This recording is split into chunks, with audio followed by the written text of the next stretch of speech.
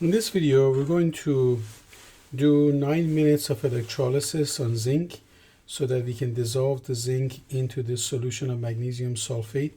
So for that, we need the two electrodes. Our cathode is graphite carbon, and then we also need our zinc, which is going to be our anode. So let's connect this up. The power supply is already set for the current. So I'm going to get my timer ready.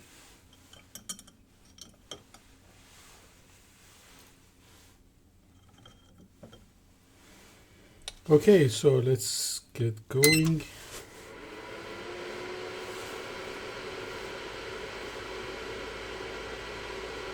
And I should mention that I have 130 milliliters of magnesium sulfate electrolyte inside of this beaker, and I also have 10 milliliter portion for rinsing the electrodes. So the total volume would be 140.0 milliliter of solution that the zinc will be dissolved in. And based on the current flow of 1 amp and the electrolysis time of 9 minutes, you should be able to calculate the concentration of zinc in the solution. And I'm going to show you the actual electrolysis. I'll get a close-up of what's going on here. It's pretty much the same process. This is a good shot. You can see how zinc ions on the left side are floating, or they're sinking down toward the bottom of the beaker. They're more dense, so it's kind of like they're shedding away from the electrode, but they're just floating down toward the bottom of the beaker. And then on the cathode side, you see hydrogen gas evolving, and also what you don't see is hydroxide ions generating from the cathode as well. So this process is going on.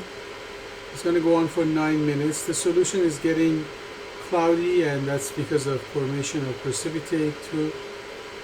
Don't forget, we also have magnesium ions in there. But the main thing is we're going to acidify the solution and get our zinc ions converted from zinc hydroxide into free zinc ions in the solution. So you can see the solution is turning like cloudy as well. It is still very much bubbling.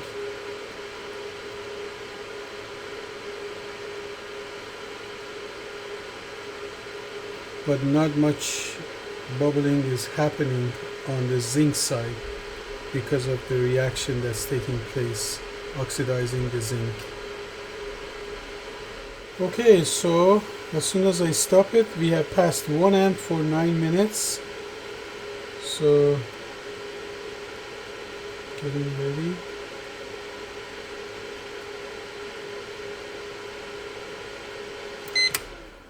Okay, there you go.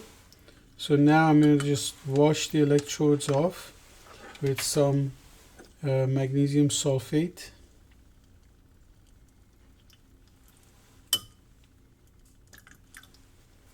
So that's my zinc side.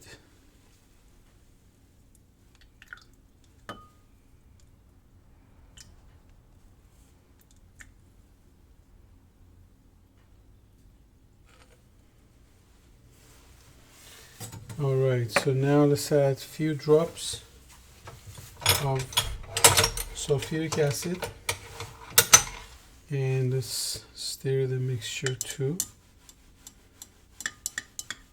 So take a look. Now it's turning clear. That's basically all it took to make a clear zinc ion solution. Of course, there are other ions in there too, but we are really interested in the zinc part.